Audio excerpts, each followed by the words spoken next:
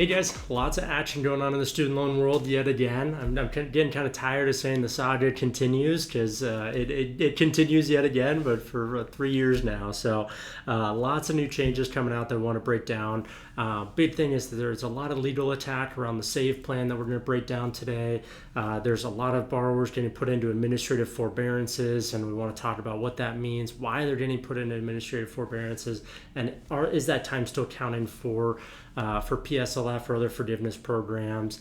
And then we want to talk about the last thing that we want to talk about is the Chevron Doctrine and how this overturning in the Supreme Court of the Chevron Doctrine last week could really impact things in the student loan world. So I want to see how we can tie those together and make some speculations about the future as well. So that's what we'll be talking about today. But if this is your first time joining us, welcome. My name is Michael Foley. I'm a certified financial planner and certified student loan professional, and I'm also the son of two doctors, and I've really developed Lifestyle Creep to help the healthcare workers in our society to be more intentional in their finances and to live more humble and quiet lives. So thanks for joining us today, and let's dive in.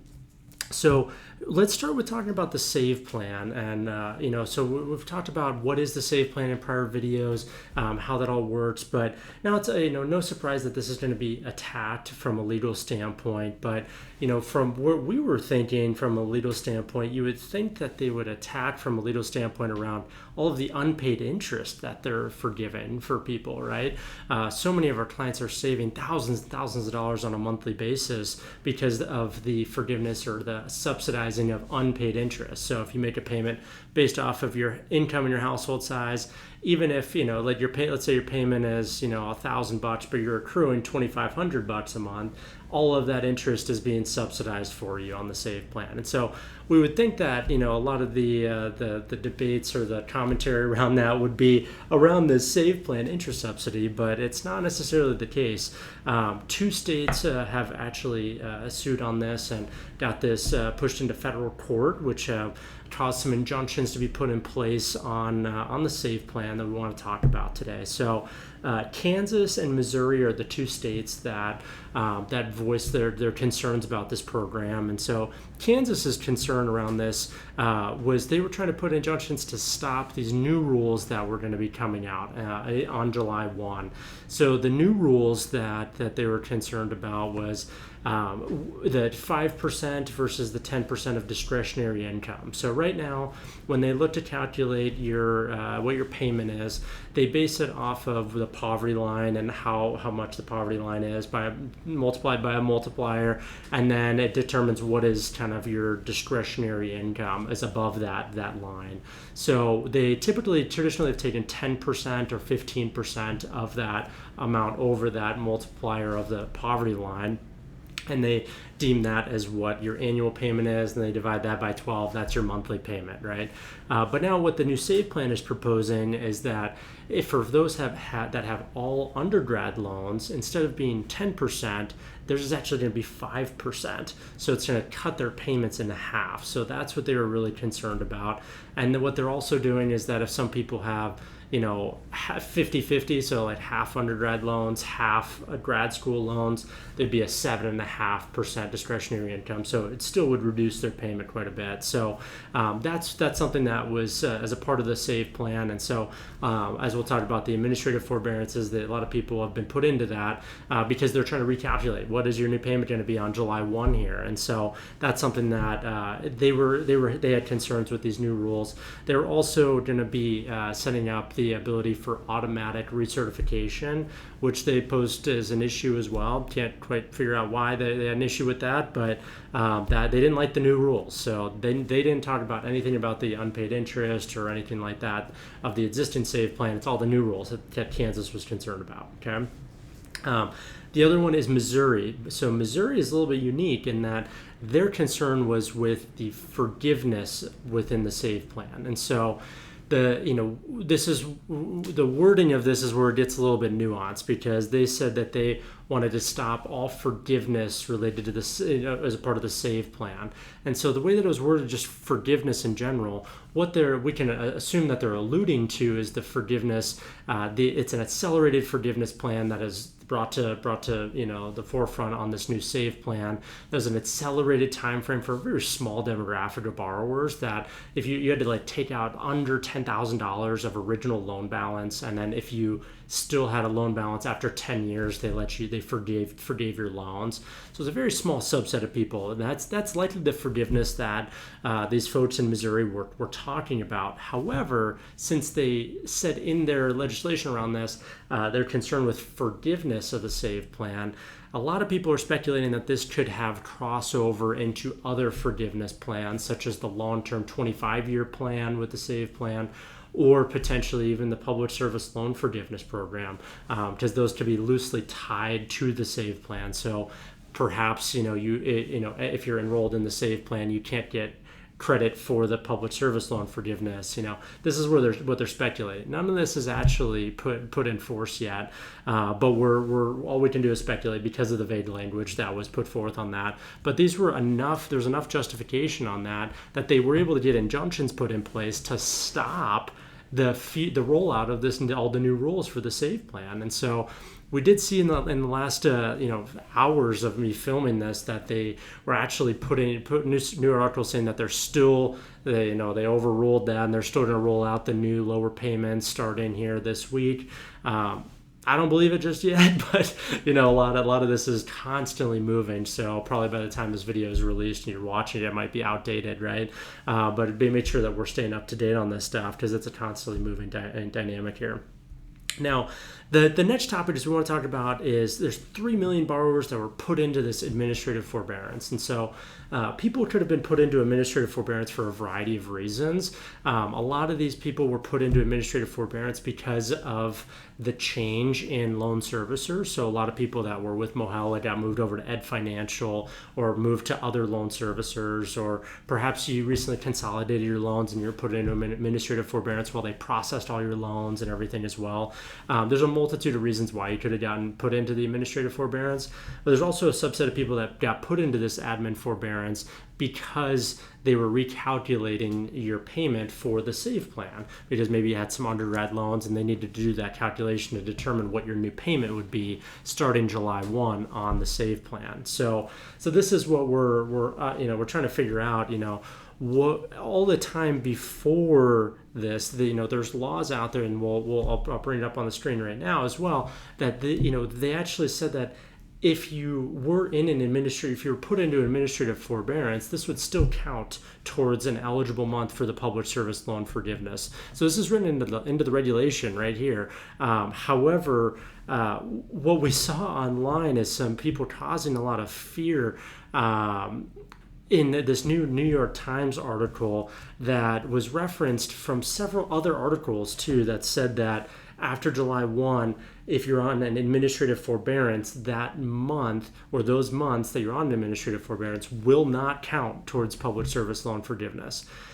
So I went to that New York Times article and I read it, and I can't find any basis for that. And so I went to other articles, and all of the other articles, like these Forbes articles, as you can see, are actually referencing the New York Times article as the basis for that recommendation or that note that they're putting on there, which I don't think is justified. And so we have to make our decision not based off of what these editors and what these journalists are writing, especially when they're quoting each other on the basis of something that doesn't have a root. So what we have to make our decisions around are things that we have actual backing and actual regulation or laws to support our decisions on this. If we're making decisions off of a Forbes article or a New York Times article recommendation, that can be a slippery slope. So right now we're not making recommendations for any changes. So even if you are on the SAVE plan, we're not recommending that you go and try to jump off the SAVE plan if you're trying to get PSLF credit, because there's not necessarily the basis for that necessarily, and that could cause other implications, because now they've even shut down the ability to sign up for new plans on the online portal on the Department of Ed site. So now if we wanted to even change you, we'd have to submit paper applications, and I'm sure many of you guys have had interactions with paper application processing with these loan servicers.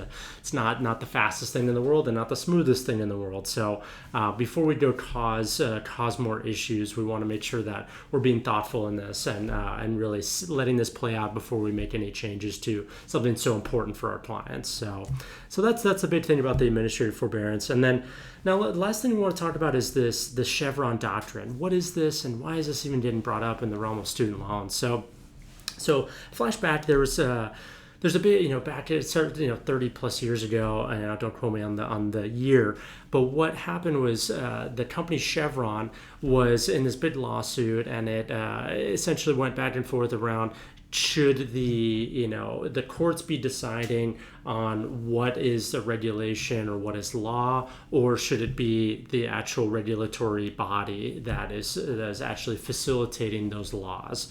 And so what they said is that in that what they called the Chevron Doctrine, which people have been using as precedent for many cases, is that essentially what it supported is that Congress can issue a law, they make the law, and then there's going to be inherently holes in the law, or people are going to have other questions. And so instead of going back to Congress for each one of those, they wanted to lean on those that had the most expertise, which were those in the regulatory body, like the Department of Ed, or like Department of Natural Resources that was on the Chevron case, to allow them to make regulations that were fundamentally law, as long as they were reasonable in the context of what the original law was. And so it allowed these regulatory agencies to quote unquote fill the gaps during that time. Now what it does open up, and so this is what they actually overturned, and now they said, well, by giving these regulatory bodies, they're getting too much legal insulation, because you couldn't sue them based off of that. So they're very insulated, and it's giving them too much power, and they're wielding that to create their own laws that are too far off base what the original intent of that law was from Congress. And so what the Congress said was that that's unconstitutional for these regulatory agencies to be determining their own laws without having a court to actually decide that. So now, if there's a change or a hole that needs to be filled, that interpretation of the law needs to be done by a court. So that's a huge thing, especially for the Department of Ed, because Congress makes these rules about student loans, right? And then inherently there's all these questions that come up, or other things that we find loopholes, or other things that need to be answered of how do we actually implement this. And the Department of Education creates these regulations that we operate off of. And so the Department of Education has created these regulations around the income-driven repayment plans, around the public service loan forgiveness program, around all these different repayment plans and forgiveness programs, on the basis of their regulations, right? And so if now that can be opened up for lawsuits, right, after this case that is no longer a precedent, that opens up a lot of concerns for what might get poked down the line that maybe was set up from a regulation issued from the Department of Education, but maybe was too far off base what Congress intended that law to be. So, there's a lot of speculation around what this means for the future of these income-driven repayment plans, public service loan forgiveness program, other things like that. However, we can't just go crazy in thinking that all of this is falling apart, right? We have to make decisions based off of not emotion around these things, but what is actually happening. And right now, nothing is happening, right? So we can't make any harsh, rash decisions on this. And so we have to continue keeping a pulse check on what are all these updates going on. But we do know that this does change the future of the decision-making process for student loan regulation, but that we don't necessarily need to interpret that in the most negative way possible for the borrower, although that does open up some different opportunities that the court system could change things. But if you're a student loan borrower, you are no stranger to things changing on a regular basis, and so we'll continue being here to guide you through the this maze of student loan repayment plans, because it's oftentimes overwhelming and concerning, and there's a lot of emotion tied to debt, right? And we feel that we're completely at the whim of what the government decides on this. And so, but this is a good reminder that it's like, hey, you know what? Let us help you play the game, but let's have some backup plans, right? We hate to go that direction, but we got to make sure that if this is a debt that we still have outstanding, we got to make sure that we have some backup plans so that it can provide you some peace of mind through this process. So your whole future is not based off of what happens in this, right? Some folks, unfortunately, we don't have that luxury to have that backup plan, and so, but we're going to be here to come alongside you in this to help make sure that you as a student loan borrower are going to be able to navigate this program and all these new programs and these new regulations, these new laws as efficiently as we possibly can. So, so hopefully this has been helpful for you to kind of at least get a pulse check. But in summary, no action needs to be taken right now, but stay tuned because there's going to be a lot more coming down the pike in the coming weeks, I'm sure. So thanks again for joining us, and we'll see you in the next episode. Take care.